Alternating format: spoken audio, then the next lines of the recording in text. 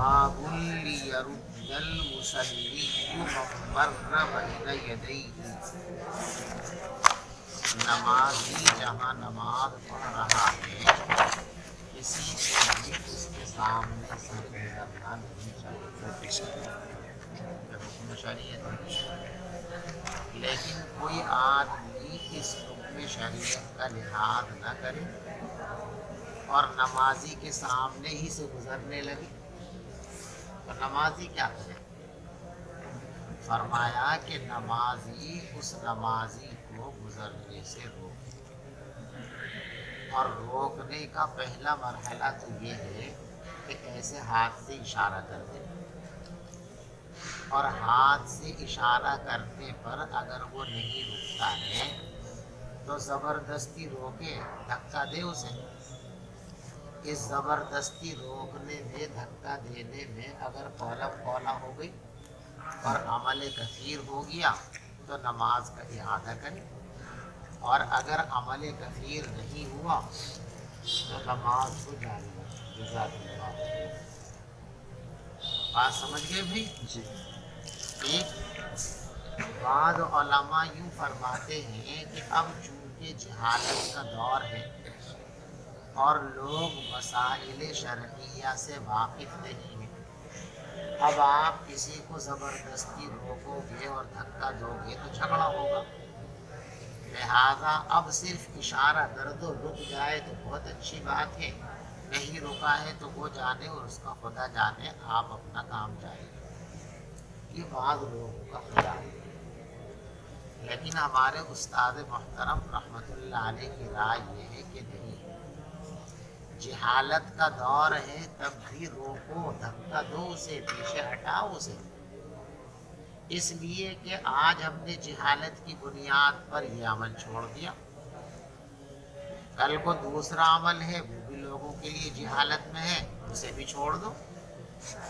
شریعت کے ہر حکم سے لوگ جہالت برتتے جائیں گے اور ہم ان احکام کو ترک کرتے چلے جائیں گے، تو ایک دن ایسا آئے گا کہ پوری شریعت لپیٹ کر کے رکھ لی جائے گی۔ لوگ جاہل ہیں، مسئلے سے واقف نہیں ہیں، تو اس کا علاج ہی یہ ہے، آج ایک کو دھکا دو گے آپ، وہ آپ سے لڑے گا، 6 آدمی اکٹھے ہو گئے، 10 آدمی اکٹھے ہو گئے، اے مولوی صاحب کیوں لڑ رہے؟ جب مسجد میں آپ نے کسی کو اپنے سامنے گزرتے ہوئے دھکا دیا، جا گرا، اس نے آپ کا گریبان پکڑ لیا، آپ نے اس کا گریبان پکڑ لیا، ہاتھ پائی ہو گئی، تو جب آپ دونوں لڑو گے تو جو دور آس پاس کے لوگ ہیں مسجد میں جہاں آپ نماز پڑھ رہے ہیں، جتنے لوگ ہیں سب آپ کے پاس آئیں گے نا دوڑ کر کے، بھائی کیا ہوا کیا ہوا، کیوں جھگڑ رہے، کیوں لڑائی ہو رہی؟ جی آپ انہیں بتائیں گے نا کہ لڑائی، وہ کہیں گے جی مجھے دھکا دیا، اس نہیں ہو رہی لڑائی، آپ وضاحت کریں گے کہ دھکا میں نے اس لیے دیا ہے کہ حدیث پاک میں ہے کہ جو آدمی نمازی کے سامنے سے گزرے فَلْيَدْفَعْهُ، اسے روکے، تو میں نے حدیث پر عمل کیا، تو اب لوگوں کو مسئلہ معلوم ہو گیا کہ اچھا حدیث میں یہ ہے، تو ایک دفعہ لڑائی ہوگی، 20 لوگوں کو مسئلہ معلوم ہو گیا، اب یہ بالکل نیا مسئلہ ہوگا ان جہالہ کے لیے، اور جب کوئی نئی بات لوگوں کے سامنے آتی ہے تو اس کا چرچا کرتے ہیں، تو یہ 20 لوگ کم سے کم 100 لوگوں میں جا کر کہیں گے یار آج مسجد میں ایسا ہو گیا تھا، یہ ہوا اور پتہ یوں چلا کہ حدیث میں ایسے ہے، تو علم عام ہو جائے گا جہالت، تو جہالت کی وجہ سے مسائل کو نظر انداز کرنے سے جہالت مزید پھیلتی ہے، اور جہالت کو نظر انداز کرو، اصل مسئلے کو عمل میں لاؤ تو جہالت کا خاتمہ ہوگا، علم پھیلے گا۔ ہماری بات جیسے ہمارے ائمہ نے اب کیا کر دیا، وہ صورتیں جن کے اندر آیت سجدہ آتی ہے ان صورتوں کو نماز میں پڑھنا ہی بند کر دیا، اور عذر کیا ہے کہ صاحب لوگوں کو یہ مسئلہ معلوم نہیں ہے، اگر امام سجدے میں جائے گا لوگ رکوع میں جائیں گے، لوگوں کی نماز خراب ہو جائے گی۔ ارے بھائی ایک دفعہ خراب ہوگی نا، لیکن ہمیشہ کے واسطے تو عمل پتہ چل گیا۔ اب جمعہ کی نماز، جمعہ کے دن مسنون یہ ہے کہ فجر کی نماز کے اندر سورہ سجدہ پڑھی جائے، لیکن 99.99% ائمہ نہیں پڑھتے، اور ذہن میں یہی ہے کہ یار لوگ گڑبڑا جائیں گے۔ ارے بھائی ایک دن گڑبڑا جائیں گے، جب ایک دن آپ سورہ سجدہ پڑھیں گے اور گڑبڑ ہوگی، ہنگامہ ہوگا، شور شرابہ ہوگا، آپ ممبر پہ کھڑے ہو کر مسئلہ بیان کر دیں گے کہ رسول پاک صلی اللہ علیہ وسلم کی سنت یہی ہے کہ آپ اس دن میں یہ صورت پڑھا کرتے تھے نماز فجر کے اندر، تو مسئلہ معلوم ہو گیا۔ اب آئندہ جمعے کو، اس سے آئندہ جمعے کو پوری زندگی جب آپ یہ صورت پڑھیں گے تو کسی کو گھپلا ہوگا، کسی کو بھی گڑبڑ نہیں ہوگی۔ تو جہالت کا علاج ہے تعلیم، جہالت کا علاج صرف نظر نہیں ہے، جہالت کا علاج کیا ہے؟ تعلیم ہے۔ اس لیے میرے استاد محترم رحمۃ اللہ علیہ فرماتے ہیں کہ جہالت کی وجہ سے اس مسئلے کو نظر انداز نہیں کرو، آج بھی اسی پر عمل کرو کہ اگر کوئی گزرے تو زبردستی اس کو گزرنے سے روک دو۔ زیادہ سے زیادہ یہی تو ہوگا، لڑے گا تو اچھا ہے، اس لیے لڑے گا تو لوگ پوچھیں گے بھی کیوں لڑ رہے، تو ہم کو مسائل وضاحت کرنے کا موقع مل جائے گا۔ بات سمجھ گئے بھی؟ نمازی کو چاہیے کہ وہ روک دے اس آدمی کو جو اس کے سامنے سے گزر رہا ہے۔ اب دلائل لاتے ہیں۔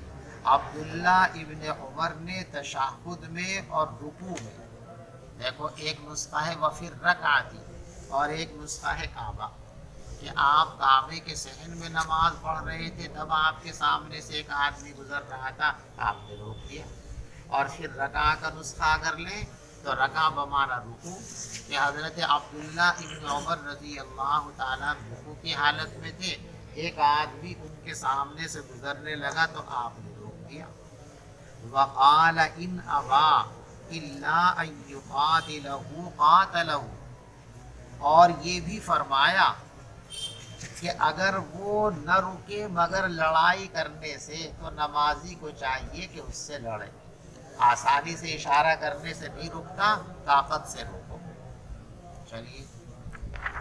وبه قال حدثنا أبو معمر قال حدثنا عبد الوارث قال حدثنا يونس عن حميد بن هلال عن أبي صالح أن أبا سعيد قال قال النبي صلى الله عليه وسلم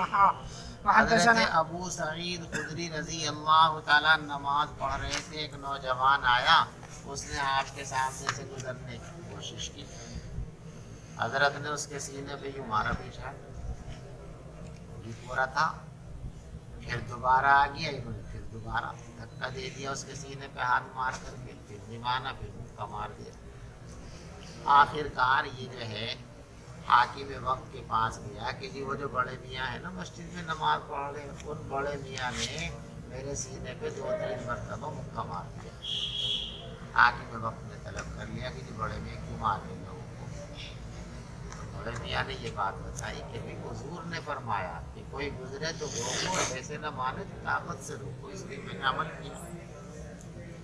ابو سعید خدری رضی اللہ تعالیٰ عنہ فرماتے ہیں کہ رسول پاک صلی اللہ علیہ وسلم نے ارشاد فرمایا، ایک سند میں تو یوں ہے، اب آگے دوسری سند ہے۔ آدم ابن ایاس بیان کرتے ہیں کہ ہم سے بیان کیا سلیمان بن مغیرہ نے، اور وہ فرماتے ہیں کہ ہم سے حدیث بیان کی حمید بن ہلال الحلبی نے، وہ فرماتے ہیں کہ ہم سے حدیث بیان کی صالح السمان نے، اور ابو صالح سمان فرماتے ہیں کہ میں نے ابو سعید خدری رضی اللہ تعالیٰ عنہ کو دیکھا فی یوم جمعہ کے دن یصلی الی شیء یسترہ من الناس، کہ وہ نماز پڑھ رہے تھے ایک چیز کو سترا بنا کر کے، آگے سترے کے طور پر ایک چیز رکھ لی، نماز پڑھنے لگے۔ فاراد شاب من بنی ابی معیط،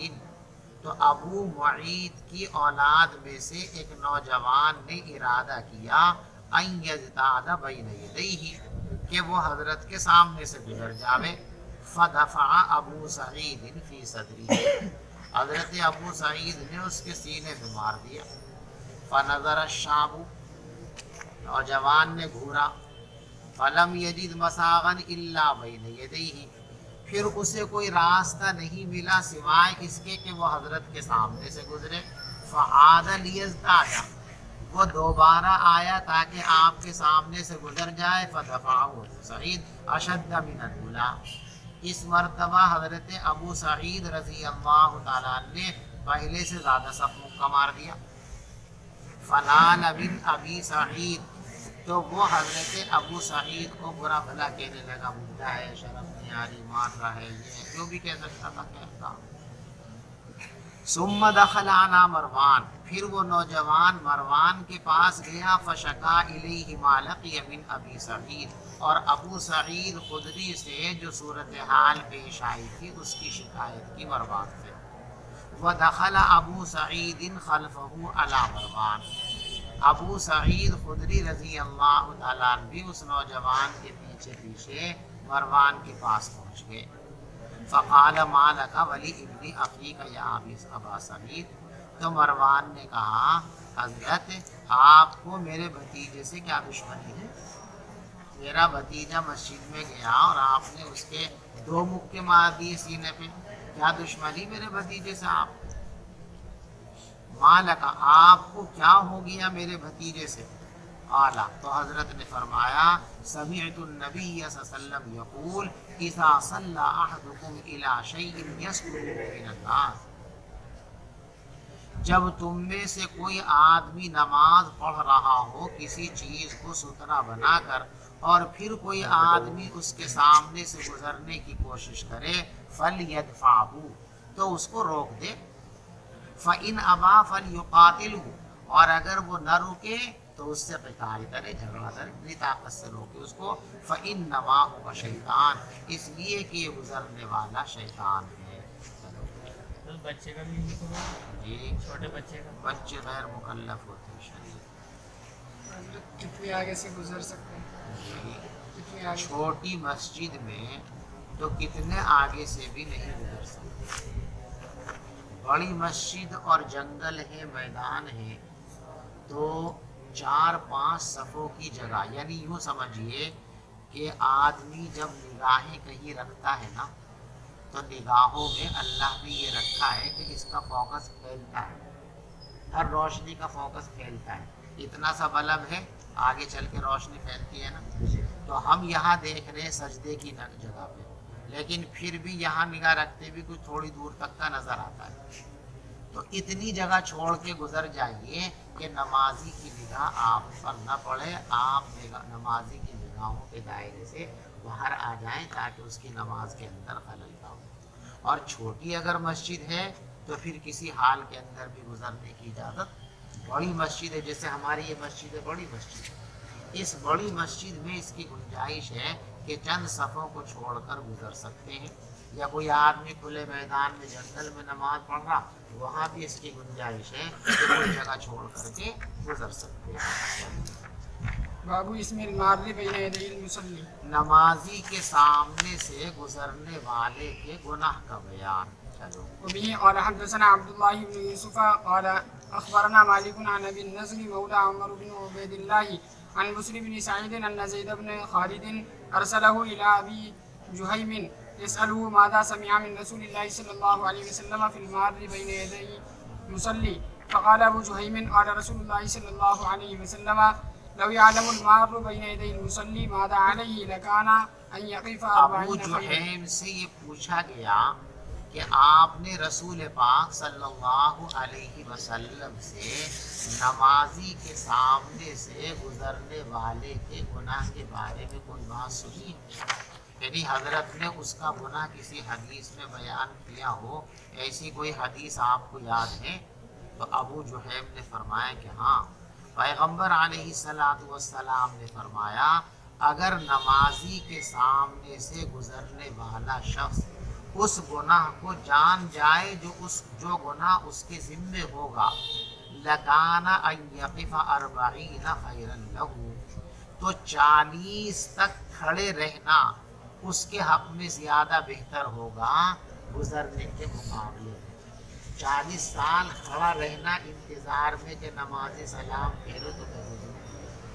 اگر 40 کا عرصہ گزر جائے کھڑے کھڑے، یہ زیادہ آسان ہے اس گناہ کے مقابلے میں جو گناہ نمازی کے سامنے سے گزرنے میں ہوتا ہے۔ اللہ ہماری حفاظت فرمائے۔ یہ ابو جہم کی طرف سے جو حدیث پیش کی گئی ہے، اس میں 40 کا لفظ ہے۔ عدد تو ذکر کیا گیا اور عدد کے بعد تمیز ہوتی ہے، یہاں عدد کی تمیز کو بیان نہیں کیا گیا کہ 40 دن، 40 سال، 40 مہینے، یہ شاگرد کو یاد نہیں ہے، اس لیے فرماتے ہیں ابو النضر کہتے ہیں لا ادری، مجھے یاد نہیں ہے کہ میرے استاد محترم نے 40 روز فرمایا تھا، او شہرن یا 40 مہینے فرمایا تھا، او سنتن یا 40 سال فرمایا تھا، لیکن بعض دوسری روایوں کے اندر 40 سال کا تذکرہ ملتا ہے۔ چلیے باب استقبال الرجل الرجل وهو يصلي وكرهه عثمان أن يستقبل الرجل وهو يصلي وهذا إذا اشتغل به، فأما إذا لم يشتغل به فقد قال زيد بن ثابت ما باليت أن الرجل لا يقطع صلاة الرجل۔ دیکھو ایک آدمی نماز کی نیت باندھ کر کھڑا ہو گیا، ٹھیک ہے، یہ کھڑا ہو گیا نمازی مان لیجیے، اس کے آگے ایک آدمی بیٹھا ہوا، اس کا منہ قبلے کی طرف ہے، پشت اس کی طرف، کوئی حرج کی بات نہیں، لیکن یہ قبلے کی طرف رخ کر کے نماز کی نیت باندھ کے کھڑا ہو گیا ایسے، ٹھیک ہے، اور میں اس کے سامنے بیٹھا اسی کی طرف منہ کر کے، تو میرا منہ اس کی طرف رہے گا، یہ میرے منہ کو دیکھے گا تو اس کے ذہن میں خلل اور انتشار پیدا ہوگا، لہذا اس طرح نہیں بیٹھنا چاہیے۔ جب کوئی آدمی نماز پڑھ رہا ہو تو آپ اس کے سامنے اس کی طرف چہرہ کر کے نہ بیٹھیں، یہ بات ناپسندیدہ ہے۔ اور بعض حضرات فرماتے ہیں کہ اگر نمازی بہت بڑے بزرگ ہیں، بڑے مضبوط آدمی ہیں، وہ نماز پڑھتے ہیں تو اللہ کے مشاہدے میں اس طرح مستغرق ہو جاتے ہیں کہ ان کو یہ پتہ ہی نہیں رہتا کہ میرے سامنے کیا ہے۔ جو ایسا فنا فی اللہ ہو اس کے سامنے کوئی بیٹھ جاوے تو کوئی حرج کی بات نہیں، اور جو ایسا فنا فی اللہ نہ ہو ہم جیسے لوگ کہ کوئی سامنے نہیں بیٹھا، جب بھی ذہن پتہ نہیں کہاں کہاں کی سیر کر کے آتا ہے، سامنے کوئی آ کر کے بیٹھ گیا تو بالکل ہی ستیہ ناش ہو جائے گا، ایسے لوگوں کے پاس نہیں بیٹھنا چاہیے، سمجھ گئے؟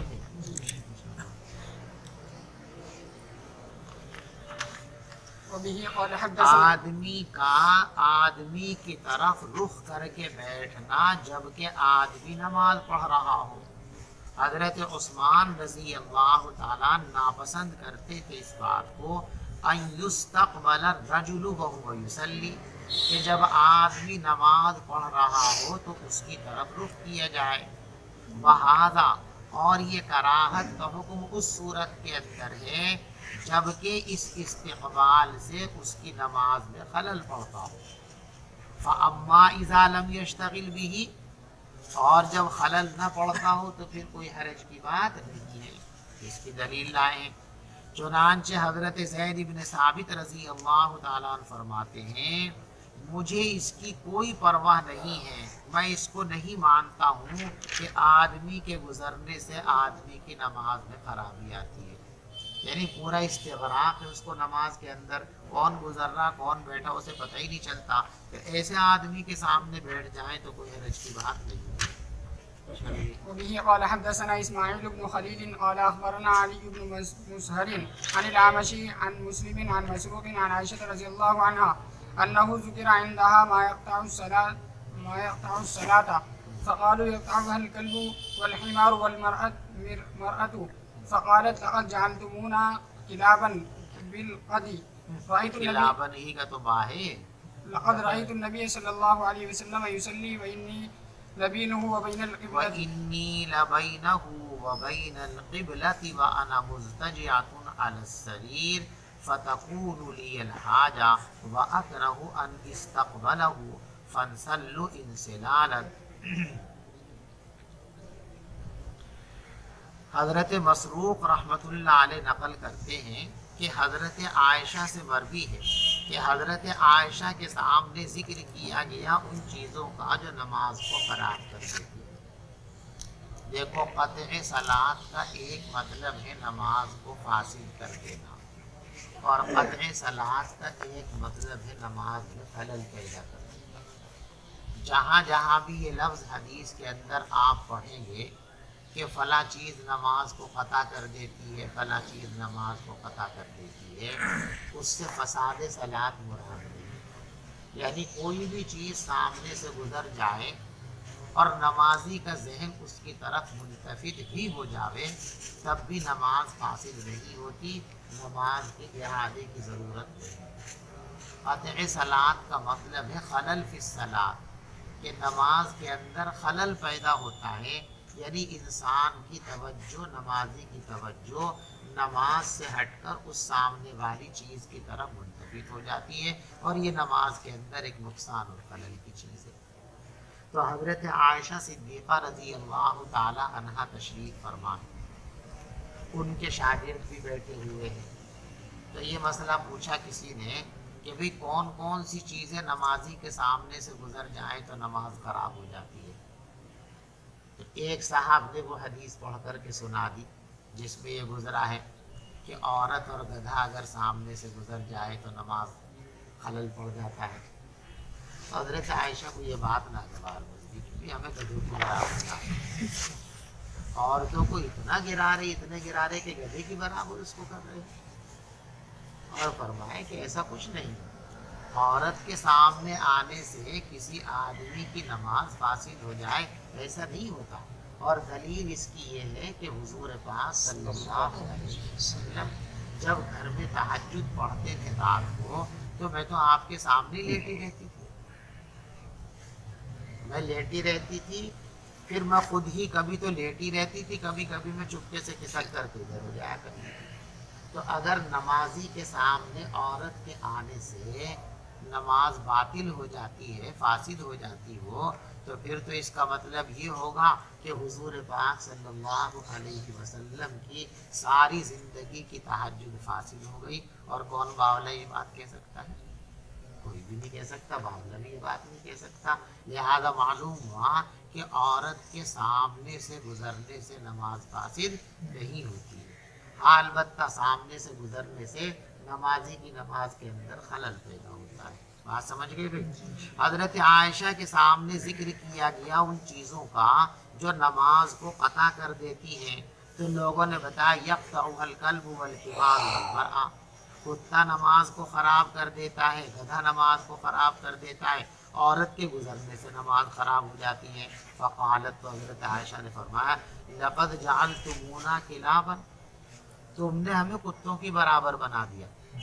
میں نے تو پیغمبر علیہ السلام کو دیکھا کہ آپ نماز پڑھتے رہتے تھے اور میں آپ کے اور دیوار قبلہ کے درمیان لیٹی رہتی تھی چارپائی پہ، پھر مجھے کوئی ضرورت پیش آتی تھی تو میں آپ کے سامنے رہنا پسند نہیں کرتی تھی، فانسلوا انسلالا، اور میں چپکے سے تھی، بس یہ ترجمۃ الباب ہے کہ میں آپ کے سامنے رہنا پسند نہیں کرتی تھی۔ اس سے معلوم ہوا کہ نمازی کی طرف منہ کر کے بیٹھنا یہ ناپسندیدہ عمل ہے۔ وعن الأعمش عن ابراہیم عن الاسود عن عائشہ نحوہ، چلیے۔ باب الصلاة خلف النائم قال حدثنا کوئی آدمی گھر میں یا مسجد میں لیٹا ہوا ہے، وہ یہاں لیٹا ہوا ہے، آپ نے یہ نیت باندھ لی، آپ کی نماز ہو جائے گی۔ نمازی کے سامنے کوئی آدمی پڑا ہوا اگر سو رہا ہے، نمازی کے سامنے سونا نہیں چاہیے، ادب کے خلاف ہے، لیکن کوئی سو رہا ہے اور نمازی نے وہی نیت باندھ لی تو نماز اس کی ادا ہو جائے گی، نماز میں فساد ہوگا نہیں ہوگا۔ دلیل وہی حضرت عائشہ کا قول لا رہے ہیں واقعہ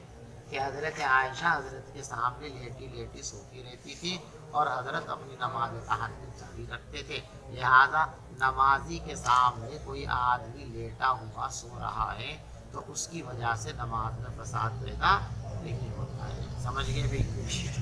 سونے والے کے پیچھے نماز پڑھنا۔ چلو جلدی۔ قال حدثنا مسدد قال حدثنا يحيى قال حدثنا هشام قال حدثني أبي عن عائشة رضي الله عنها قالت كان النبي صلى الله عليه وسلم يصلي وأنا راقدة معترضة على فراشه فإذا أراد أن يوتر أيقظني أيقظني فأوترت، پیچھے گزر گئی باب روایت چلی۔ التطوع خلف المرأة وبه قال حدثنا عبد الله بن عورت کے يوسف پیچھے نفل نماز پڑھنا۔ امام بخاری رحمۃ اللہ علیہ در حقیقت روایات کے سلسلے میں جب متعدد روایات لاتے ہیں تو اور مصنفین کی طرح متعدد روایتیں ایک ہی باب میں جمع نہیں فرماتے۔ جیسے حضرت امام مسلم رحمۃ اللہ علیہ کا طرز ہے کہ ایک مضمون سے تعلق رکھنے والی مختلف روایتیں جن میں متن کا اختلاف ہے اور وہ مختلف سندوں سے بنی ہیں،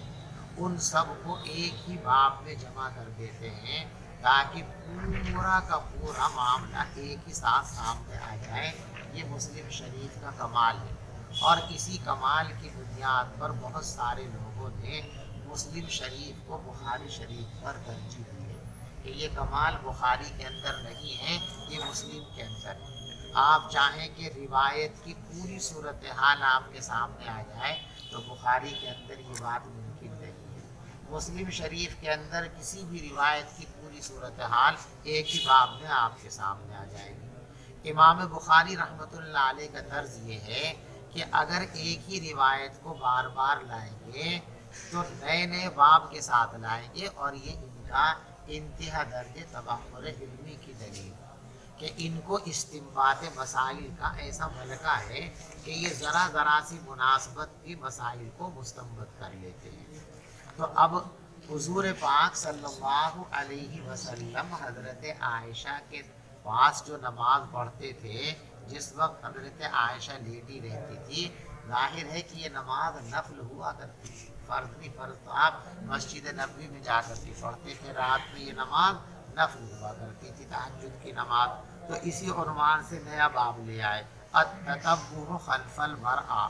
عورت کے پیچھے نفل نماز پڑھنا، یعنی عورت سامنے لیٹی ہوئی ہے، ادھر آپ کھڑے ہو کر نفلوں کی نیت باندھ لیں تو آپ کی نفلوں میں کوئی خرابی نہیں آئے گی۔ چلو جلدی سے۔ وبه قال حدثنا عبد الله بن يوسف قال اخبرنا مالك عن ابي النضر مولى عمر بن عبيد الله عن ابي سلمة بن عبد الرحمن عن عائشة رضي الله عنها زوج النبي صلى الله عليه وسلم انها قالت كنت انام بين يدي رسول الله صلى الله عليه وسلم ورجلي في قبلتي فاذا سجد غمزني فقبضت رجلي فاذا قام بسطتهما قالت والبيوت يومئذ ليس فيها مصابيح، روایت پیچھے گزر چکی ہے۔ باب من لا ان لوگوں کا مسلک جو کسی چیز کی وجہ سے نماز کے قطع کے قائل نہیں ہے، یہ تشریح میں پہلے کر ہی چکا بھی آپ کے سامنے، پھر سمجھ لو۔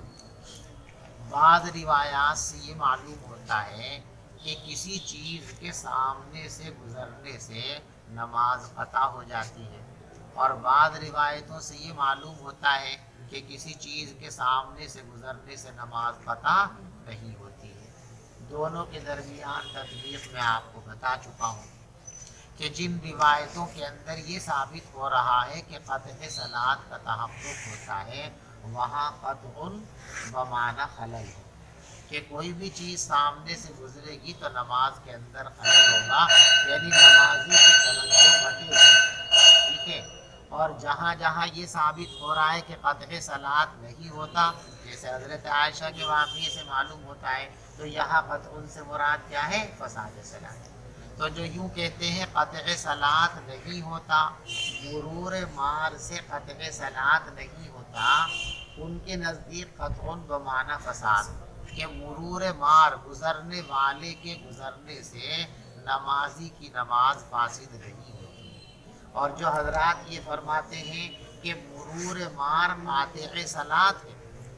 کسی چیز کے سامنے سے گزرنے سے قطع صلاۃ کا تحقق ہوتا ہے، تو ان کے نزدیک قطع سے مراد خلل ہے کہ توجہ متفق ہوتی ہے۔ تو دونوں باتوں میں کوئی ٹکراؤ نہیں ہے، جہاں قطع کا ثبوت ہے وہاں خلل مراد ہے، اور جہاں قطع کی نفی ہے اس سے فساد مراد ہے۔ فساد نہیں ہوتا، البتہ خلل ضرور پیدا ہوتا ہے۔ چلیے۔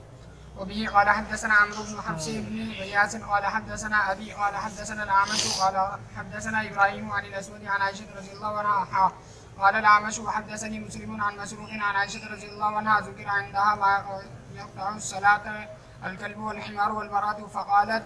شبهتمونا بالحمر والكلاب والله لقد رأيت النبي صلى الله عليه وسلم يصلي وأني على السرير بينه وبين القبلة مضطجعا فتبدو لي الحاجة فأكره أن أجلس فأوصي النبي صلى الله عليه وسلم فانسل من حد رجليه. ابھی وبه قال حدثني اسحاق بن ابراهيم قال اخبرنا يعقوب بن ابراهيم قال حدثنا ابن شهاب انه سال عمه عن الصلاه يقطعها شيء قال لا يقطعها شيء. اخبرني عروه بن الزبير ان عائشه رضي الله عنها زوج النبي صلى الله عليه وسلم قالت لقد كان رسول الله صلى الله عليه وسلم يقوم فيصلي من الليل واني لمعترضه بينه وبين القبله على فراش عليه. باب اذا حمل جاريه صغيره على عنقه في الصلاه. کسی مجبوری کی وجہ سے اگر بچہ گود میں لے کر نماز پڑھنے کی ضرورت پیش آئے اور بچے کو گود میں لے کر نماز پڑھ لی جائے تو نماز ہو جائے. کسی مجبوری کی وجہ سے کوئی سامان کاندھے پر یا سر پر رکھ کر یا بغل میں دبا کر نماز پڑھنے کی ضرورت پیش آئے اور اس طرح نماز پڑھ لی جائے تو نماز ہو جائے گی. لیکن یہ سنت نہیں ہے، اجازت ہے. سمجھ میں بات آ رہی؟ مثلا ایک آدمی پلیٹ فارم پر نماز پڑھ رہا ہے،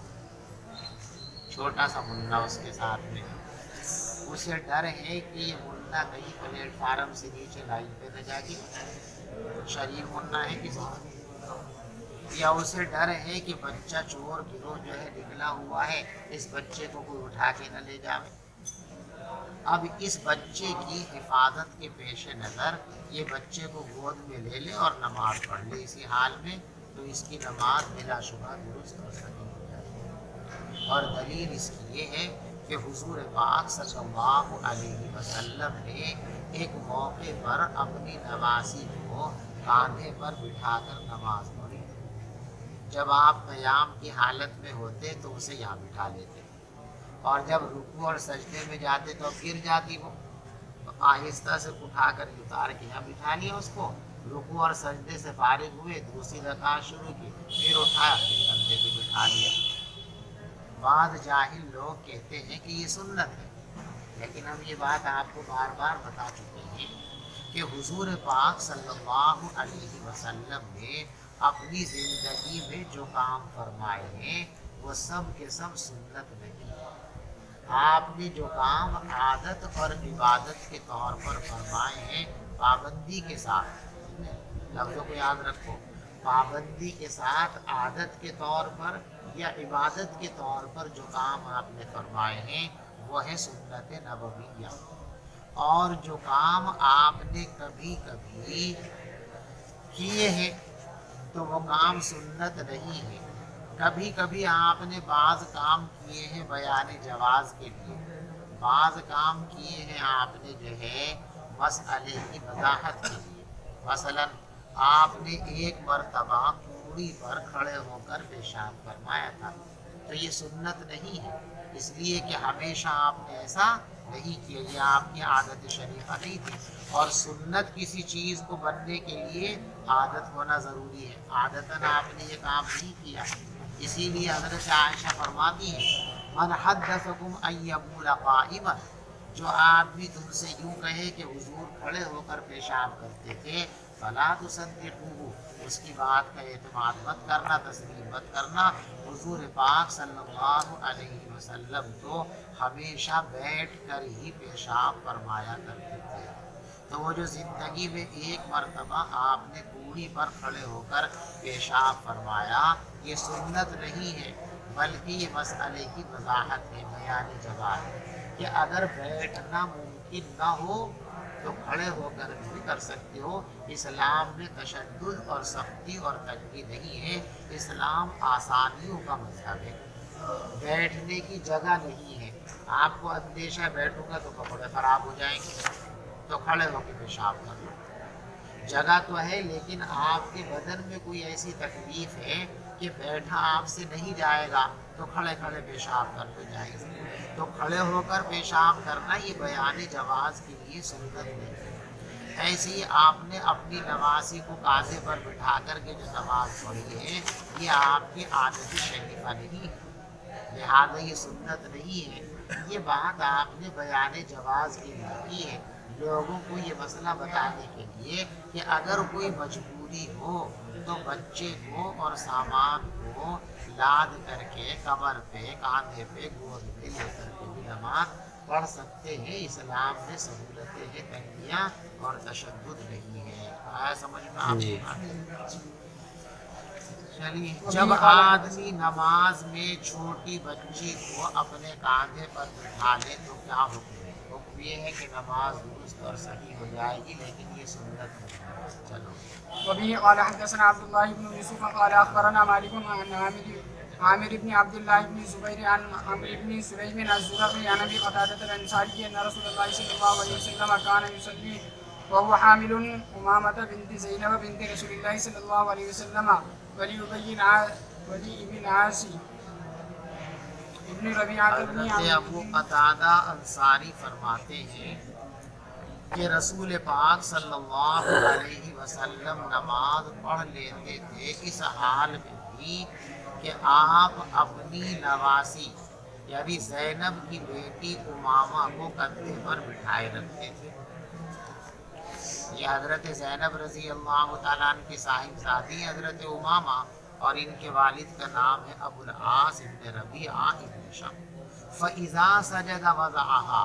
جب آپ سجدے میں تشریف لے جاتے تھے تو ان کو زمین پر بٹھا دیا کرتے تھے۔ وَإِذَا قَامَ حَمَلَهَا، اور جب کھڑے ہوتے تھے تو کاندھے پر بٹھا دیا کرتے تھے۔ چلو بھائی، باب اذا صلى على فراش فيه حائض۔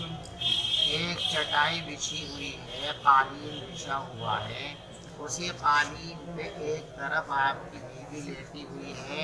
اور وہ بھی حیض میں ہے، اسی کے برابر میں اسی چٹائی پہ کھڑے ہو کر آپ نماز پڑھیں تو اس کی حیض کی وجہ سے آپ کی نماز میں کوئی خلل پیدا نہیں ہوگا۔ حائضہ عورت کی برابر میں کھڑے ہو کر بھی اس کا شوہر نماز پڑھ لے تو نماز ہو جائے گی، حتیٰ کہ نماز پڑھتے پڑھتے اس آدمی کا کپڑا، کرتا، شیروانی، رومال، اچکن جو بھی ہے بدن میں، اس لیے کہ جب یوں جائے گا رکوع اور سجدے میں تو کپڑے پھیلیں گے نا، وہ جو کپڑے اس کے بدن پر ہیں اگر وہ کپڑے اس حائضہ کے بدن پر بھی جا پڑے تو بھی اس کی نماز کے اندر کوئی خرابی پیدا نہیں ہوگی۔